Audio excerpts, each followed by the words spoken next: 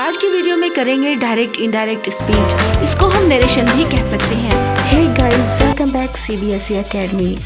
Direct indirect speech एक confusing सा topic है जिसे देखकर लगता है कि बड़ा मुश्किल है, पर ऐसा कुछ भी नहीं है।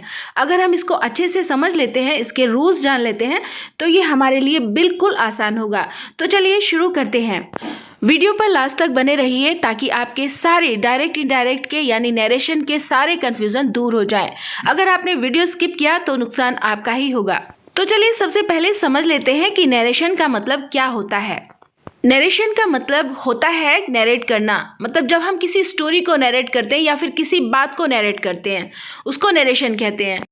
तो जब भी कोई बात कही जा चुकी है, मतलब पास्ट में कोई बात हो चुकी है, जब हम उस बात को किसी और को बताते हैं तो उसको नरेशन कहते हैं। या फिर सिंपल शब्दों में, सिंपल वर्ड्स में समझ लीजिए कि किसी की कही हुई बात को जब हम किसी और को बता रहे होते हैं और बिल्कुल उसी तरह से बताते हैं जैसे कि आपने किसी और से वो बात सुनी हो या फिर आपने खुद वो बात कही हो और आप किसी और को बता रहे हैं।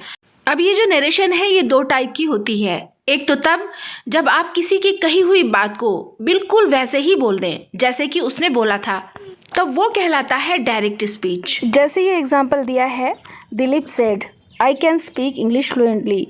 दिलीप ने कहा कि मैं बहुत अच्छे से इंग्लिश बोल सकता हूँ, अंग्रेज़ी बोल सकता हूँ। तो यहाँ पता चल रहा है कि ये बात दिलीप बोल रहा है और किसी को बता रहा है। तो ये क्या है? ये डायरेक्ट स्पीच है। नरेशन का दूसरा टाइप होता है कि जब किसी की बात को हम जो कहते हो यानी जैसे कि तैसे ना बोलकर या लिखकर उसे अलग तरीके से लिखते हैं, अलग तरीके से दूसरे को बताते हैं या बोलते हैं, तो उसे इनडायरेक्ट स्पीच कहते हैं। ठीक है, मतलब डायरेक्ट का मतलब डायरेक्ट बता देना और इनडायरेक्ट का मतलब होता है अप्रत्यक्ष रूप से, यानी उसे अपने तरीके से बनाकर बोलना या बताना। जैसे एग्जाम्पल देख लीजिए, आपको समझ आ जाएगा। Dilip said that he could speak English fluently. अब यहाँ पर ये बात कि दिलीप ने कहा है कि वो इंग्लिश अच्छे से बोल सकता है, ये मैं बता रही हूँ। ये बात मैं किसी और को बता रही हूँ, तो ये मैं अपने शब्दों में बता रही हूँ, तो ये इस तरह से होगा। इसको हम इनडायरेक्ट स्पीच कहते हैं। इसका एक एग्जाम्पल और देख लेते हैं और ये भी समझ लेते हैं कि रिपोर्टिंग स्पीच और रिपोर्टेड वर्ब क्या होता है। अब देख लीजिए, जैसे ये है डायरेक्ट, देख लीजिए, she said I am not feeling well today. ये हमारा डायरेक्ट स्पीच है। अब इनडायरेक्ट स्पीच में होगा ये she said that she was not feeling well that day. अब देख लीजिए, ये जो इनडायरेक्ट स्पीच है इसे हम रिपोर्टेड स्पीच भी कहते हैं और इसमें जो वर्ड यूज़ होता है सेड, इसको हम रिपोर्टिंग वर्ब कहते हैं। ये आप याद रखिएगा कि रिपोर्टेड, कभी कभी ये पूछने को आ जाता है कि कौन सा रिपोर्टेड स्पीच है और कौन सा रिपोर्टिंग वर्ब है। इनडायरेक्ट स्पीच को हम रिपोर्टेड स्पीच कहते हैं और जो इसमें सेड यूज़ होता है उसे हम रिपोर्टिंग वर्ब कहते हैं। अब आपको लग रहा होगा कि ये चेंज कैसे हो गया, ऊपर तो एम था और नीचे वॉज कैसे हो गया। तो यहाँ मैं बता देती हूँ कि हम प्रेजेंट कॉन्टिन्यूस को पास्ट कॉन्टिन्यूस में चेंज कर देते हैं। जब हम डायरेक्ट से इनडायरेक्ट बना रहे होते हैं तब हमारा टेंस चेंज हो जाता है। किससे? प्रेजेंट कॉन्टिन्यूस से पास्ट कॉन्टिन्यूस में चेंज हो जाता है। तो चलिए ऐसे ही रूल्स मैं आपको अभी बताने वाली हूँ जिससे आपको अच्छे से समझ आ जाएगा कि कब और कहाँ हमारा टेंस चेंज होगा और किस में होगा। अब यहाँ ध्यान से देखिए कि कैसे चेंज हो रहे हैं। जैसे अगर डायरेक्ट में हमारा प्रेजेंट इंडेफिनिट टेंस है तो हम उसे इनडायरेक्ट में पास्ट इंडेफिनिट टेंस में चेंज करेंगे, और अगर प्रेजेंट कॉन्टिन्यूस टेंस है तो हम उसे इनडायरेक्ट में पास्ट कॉन्टिन्यूस टेंस में चेंज करेंगे। ऐसे होगा। और अगर हमारा टेंस पास्ट कॉन्टिन्यूस टेंस है तो हम उसे पास्ट परफेक्ट कॉन्टिन्यूस टेंस में बदल देंगे, और अगर पास्ट परफेक्ट टेंस है तो past perfect tense past perfect ही रहता है, वो नहीं बदलता है। पास्ट परफेक्ट टेंस डायरेक्ट में भी पास्ट परफेक्ट टेंस ही रहेगा और इनडायरेक्ट में भी हम उसे पास्ट परफेक्ट टेंस ही रखेंगे। और पास्ट परफेक्ट कॉन्टिन्यूस भी चेंज नहीं होता, वो भी ऐसे ही हो जाता है। डायरेक्ट में भी रहेगा पास्ट परफेक्ट कॉन्टिन्यूस रहेगा और इनडायरेक्ट में भी पास्ट परफेक्ट कॉन्टिन्यूस ही रहेगा। अब कुछ ऐसी वर्ड्स होते हैं जिनको हमें चेंज करना होता है जब हम डायरेक्ट से इनडायरेक्ट बना रहे होते हैं। जैसे शैल को हम शुड में बदल देते हैं, विल को वुड में बदल देंगे, शैल बी को शुड बी में करेंगे, विल बी को वुड बी में, शैल हैव को शुड हैव में चेंज करेंगे जब हम डायरेक्ट से इनडायरेक्ट बना रहे होते हैं। और इसके बाद विल हैव को वुड हैव में चेंज करेंगे।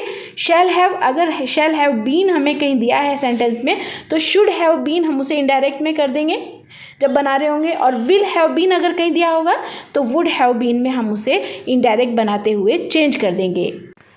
कुछ इंपॉर्टेंट एग्जांपल्स हैं, कुछ रूल्स हैं, उनको भी आप अच्छे से समझ जाइए। जैसे एसेटिव सेंटेंसेस को डायरेक्ट से इनडायरेक्ट स्पीच में बदलते हुए कॉमास को हटा देते हैं और उसकी जगह क्या लिखते हैं, दैट को लिखते हैं। जैसे डायरेक्ट स्पीच लिख लीजिए, he said comma I am not sure.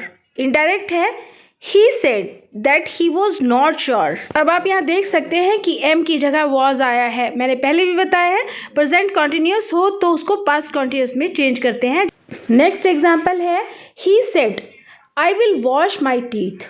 इसका इनडायरेक्ट बनाएंगे हम, ही said that he would wash his teeth. अब देख लीजिए हमने जब इनडायरेक्ट बनाया तो हमने आई को ही में बदला है और विल को वुड में चेंज कर दिया है। दूसरा एग्जाम्पल है, he said comma I live in the city centre.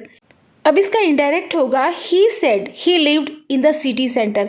अब आप यहाँ देख सकते हैं दोनों एग्जाम्पल्स को कि हम प्रेजेंट को पास्ट में चेंज कर रहे हैं। अब आगे कुछ और एग्जाम्पल्स देख लेते हैं कि फर्स्ट पर्सन को थर्ड पर्सन में कैसे चेंज करते हैं जब हम डायरेक्ट से इनडायरेक्ट बनाते हैं। तो डायरेक्ट स्पीच देख लीजिए, she says to me I am his sister. वह मुझसे कहती है मैं उसकी बहन हूँ। अब इसका इनडायरेक्ट कैसे बनेगा, she tells me that she is his sister. वह मुझसे कहती है कि वह उसकी बहन है। अब यहाँ हमारा जो फर्स्ट पर्सन है हमने उसे थर्ड पर्सन में बदला है, चेंज किया है। एक एग्जाम्पल और है, उसको देख लीजिए, Rahul says to me inverted comma I am your friend. Rahul मुझसे कहता है मैं उसका दोस्त हूँ। इसका इनडायरेक्ट बनेगा, Rahul tells me that he is my friend. Rahul मुझसे कहता है कि वह मेरा दोस्त है। अब यहाँ हम सेज टू को टेल्स में चेंज कर रहे हैं, ये देखिए ध्यान से। नेक्स्ट एग्जाम्पल है, Sarah said inverted comma I am going to the store. Sarah ने कहा मैं स्टोर जा रही हूँ। अब इसका इनडायरेक्ट स्पीच होगा, Sarah said that she was going to the store. अब यहाँ पर ये कैसे चेंज हुआ, सारा सेड सारा ने कहा, दैट की, अब हम इसे दैट से जोड़ेंगे क्योंकि ये एसेटिव सेंटेंसेस हैं। दैट से जुड़ गया, इन्वर्टेड कॉमा हट गया, ठीक है, दैट आ गया। अब शी किसके लिए आ रहा है, सारा के लिए। सारा ने कहा कि वह स्टोर जा रही थी, she was going to the store.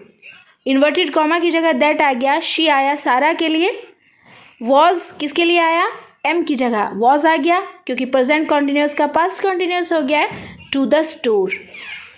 Sarah said that she was going to the store.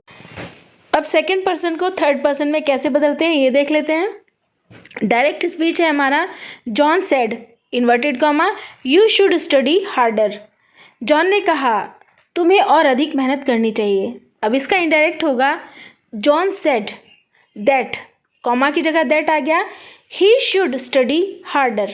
John ने कहा कि उसे और अधिक अध्ययन करना चाहिए। अब आप देख सकते हैं कि यू की जगह ही को लाया है क्योंकि हम सेकेंड पर्सन को थर्ड पर्सन में चेंज कर रहे हैं। ओके स्टूडेंट्स, मिलते हैं फिर नेक्स्ट वीडियो में। वीडियो पसंद आई हो तो वीडियो को लाइक कर दीजिए। चैनल पर अगर आप पहली बार आए हैं तो चैनल को सब्सक्राइब भी कर दीजिए। डायरेक्ट इनडायरेक्ट का एक पार्ट मैं और बनाऊंगी, उसको भी आप ध्यान से देख लीजिएगा। आपका पूरा कॉन्सेप्ट डायरेक्ट इनडायरेक्ट का एकदम क्लियर हो जाएगा। Thanks for watching this video. Like, share, subscribe and press the bell icon. Thanks again.